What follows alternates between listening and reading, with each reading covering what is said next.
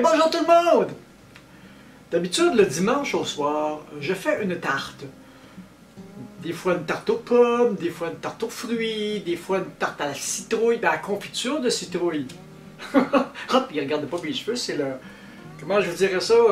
Ça fait au moins depuis... ça fait longtemps que je suis dû pour passer chez la coiffeuse, mais la coiffeuse n'ouvrira pas avant un mois d'ici encore. Donc, on va durer mes cheveux longs. D'habitude, je les attache, mais là, ça me tente pas de les attacher.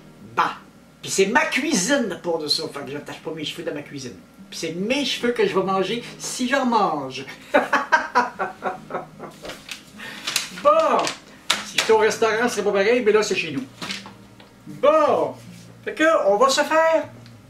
J'avais des bananes à rien faire, puis qui commençaient à avoir leur dose un peu, donc devinez ce qu'on va faire! Un beau gâteau aux bananes! J'ai jamais fait ça non plus. Un gâteau, c'est un gâteau. Fait que, ça nous prend une tasse de sucre, une tasse de farine, une demi-tasse de beurre fondu qu'on va faire fondre. Attendez, le micro-ondes, il va faire du bruit. Voilà, le micro-ondes fait du bruit. Il y a une farce plate qui disait « Les fourmis, elles micro-ondes! » Le four micro-ondes! Oh, c'est ma soirée des niaiseries. J'ai passé ma journée à avoir de la misère à tourner une vidéo, puis là, aujourd'hui, alors qu'il est rendu, il est 10 h du soir, il est 10 h du soir, j'ai pas soupé, puis j'ai fait, puis je vais faire un gâteau. Bon, ok, fait que après tout ça, ça prend aussi 2 œufs, du sel et de la poudre à pâte. Je disais une cuillère à thé de sel. Ah oui, puis la première chose, ben, on va partir le four. Hein. Puis comme on va prendre un moule en acier, la température du four à peu près à 300 degrés Fahrenheit. Bon, c'est parti mon kiki. Se prendre un moule comme celui-là, c'est un moule à renverser ça. Ça va faire pareil.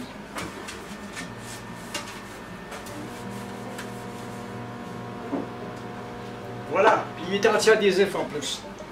Bon, alors, mon beurre est fondu. La procédure est la suivante. On va décortiquer les bananes, puis les effoirer, les écraser. Si, je suis mongol à soir. Moi, j'ai jamais été mongol de même de ma vie. Oui. On va défaire les bananes, voilà. Là, le four chauffe. Oh, ça sent la vieille banane, celle-là. Il était temps que je m'en occupe. Et si la procédure est le fun, si ça donne un bon résultat, ben on va en faire d'autres gâteaux bananes.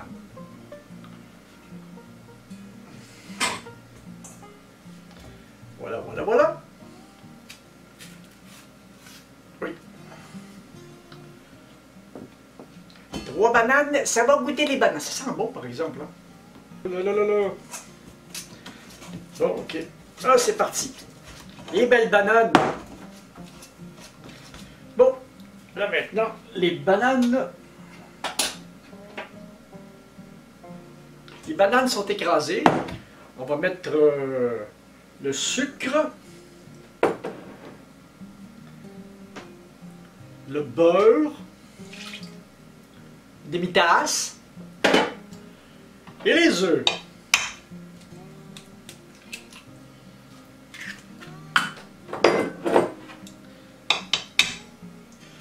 Je ne sais pas ce que ça va donner. D'habitude, en suivant les recettes, puis on va donner un petit coup de mixette à tout ça. Attention! Morceaux de banane. Ils disent bien brasser pour qu'on ne sente plus les morceaux de banane. Faire quelque chose de lisse. Et ça donne une belle pâte jaune comme ça. Ensuite, le sel. La poudre à pâte. Ils disent une cuillère à thé, mais on va donner un petit quart de cuillère de plus. On ne sait jamais avec la poudre à pâte. Puis on ajoute le reste. Et puis, C'est reparti! On va donner un petit coup au bol. Cuillère.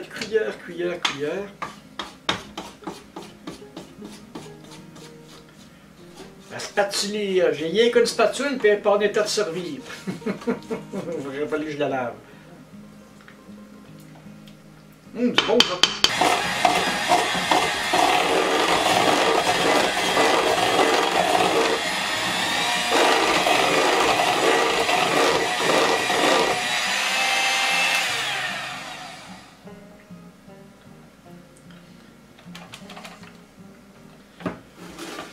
Voilà la belle pâte à gâteau.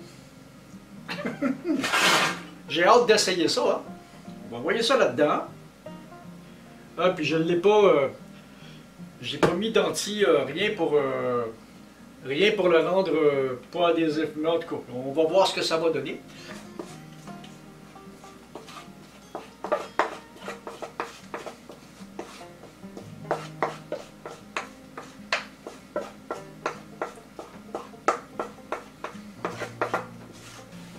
On va voir ce que ça donne. Le moule est censé être anti-adhésif. J'ai oublié de mettre du beurre, de graisser le beurre, de graisser le moule, mais on va voir ce que ça va donner. Alors on a de la belle pâte à gâteau comme ça. On va envoyer ça au four, puis on va attendre le résultat. On se revoit dans... ça prend à peu près une quarantaine de minutes. À tout à l'heure. Ben c'est ça! Mon gâteau est cuit. Il s'est démoulé pas mal bien, par exemple. Je suis content. Il est juste grillé exactement parfait. Mais il est encore tiède de part de ça. Et on va y goûter tout de suite là de même. C'est effrayant comment ça sent bon, ça. Une petite assiette.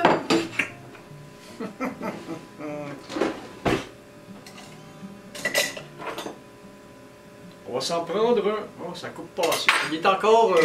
ça va durcir en refroidissant, ça. Fait qu'on va prendre un couteau un peu plus coupant. Et ça a l'air bon, ça.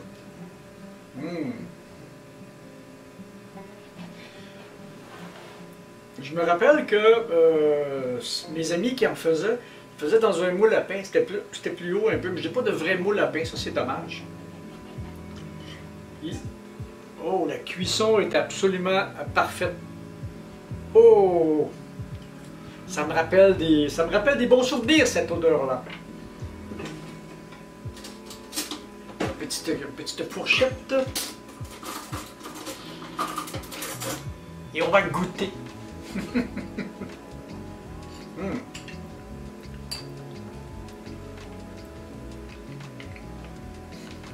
C'est bon, ça.